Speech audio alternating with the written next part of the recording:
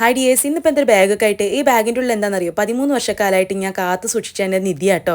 നിധി എന്ന് പറയുമ്പോൾ എൻ്റെ കല്യാണ ഡ്രസ്സ്. ഫോട്ടോ ഒന്നും ഇല്ലാത്ത കാരണം എനിക്ക് കല്യാണത്തിൻ്റെ ഓർമ്മകൾ ഇത് മാത്രമേ ഉള്ളൂ കേട്ടോ. കല്യാണത്തിന് ഫോട്ടോ എടുക്കുന്ന പരിപാടി എൻ്റെ വീട്ടിലും നാഫിയാക്കാൻ്റെ വീട്ടിലും ഉണ്ടായിട്ടില്ല. ഫസ്റ്റ് തന്നെ നാഫിയാക്കാൻ്റെ ഷർട്ടാണ് കേട്ടോ. അന്ന് വൈറ്റ് ഷർട്ടും ബ്ലാക്ക് പാൻറ്റുമാണ് നാഫിയാക്ക ഇട്ടുണ്ടായിരുന്നത്. പാൻറ്റ് പിന്നെ യൂസ് ചെയ്തിട്ട് അത് അങ്ങനെ നാശമായി പോയി.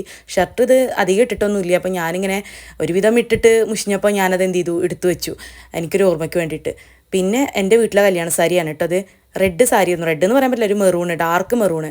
പിന്നെ ആ സാരി വളരെ സിമ്പിളായിട്ടുള്ള സാരിയാണ് കേട്ടോ. അതുപോലെ തന്നെ ഇതാണ് നാഫിയാക്കാൻ്റെ വീട്ടിൽ നിന്ന് കൊടുക്കുന്ന സാരിയുടെ ബ്ലൗസ്. സാരി ഗ്രീൻ കളർ സാരിയാണ്. ഗ്രീനിൽ നിറയെ ഗോൾഡൻ ആയിട്ടുള്ള സാരിയാണ് കേട്ടോ. നല്ല ഭംഗിയുണ്ടായിരുന്നു. പിന്നെ ഇതിപ്പോൾ എടുത്തു വെച്ചിട്ട് അതിലിങ്ങനെ വൈറ്റ് കളറൊക്കെ വന്നിട്ടുണ്ട് കേട്ടോ. അതിൽ ആ ഗോൾഡൻ കളർ ത്രെഡൊക്കെ വൈറ്റ് കളറായിട്ട് മാറിയിട്ടുണ്ട്. നല്ല സ്റ്റോൺ വർക്കുള്ള കുറച്ച് ഹെവി ആയിട്ടുള്ള സാരീനെയാണ് കേട്ടോ. എടുക്കാനും അത്യാവശ്യം നല്ല പ്രയാസം തന്നെയായിരുന്നു.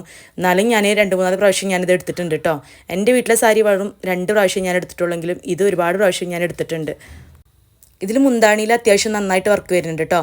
അതെനിക്ക് കാണാൻ ഒരുപാട് ഇഷ്ടമാണ്. നല്ല ഹെവി ആയിട്ടുള്ള സ്റ്റോൺ വർക്ക് തന്നെയാണ് മുന്താണിയിൽ പോയിട്ടുള്ളത്. ഇതിൽ ഏറ്റവും ഫേവറേറ്റ് ആയിട്ടുള്ള പാട്ടാണ് ഈ ഒരു കാണുന്ന ഡിസൈൻ കേട്ടോ. എനിക്ക് ഒരുപാട് ഇഷ്ടമാണ്. ഇതിന് ഇപ്പോഴും ഒരു കംപ്ലൈൻറ്റും ഇല്ല. എൻ്റെ ജീവിതത്തിലെ ഏറ്റവും പ്രധാനപ്പെട്ട മൊമെൻറ്റിൻ്റെ ഫോട്ടോസൊന്നും ഇല്ലാത്തതിൽ നല്ല വിഷമമുണ്ട്. ഈ സാരികൾ മാത്രമേ ഉള്ളൂ എനിക്ക് ആ ദിവസത്തിലെ ഓർമ്മകൾക്കായിട്ട്. അപ്പോൾ അതുകൊണ്ട് തന്നെ ഇതിലെന്തെങ്കിലും പ്രശ്നങ്ങൾ വരുമ്പോൾ അല്ലെങ്കിൽ എന്തെങ്കിലും നാശം വരുമ്പോൾ നല്ല വിഷമം തോന്നാറുണ്ട്.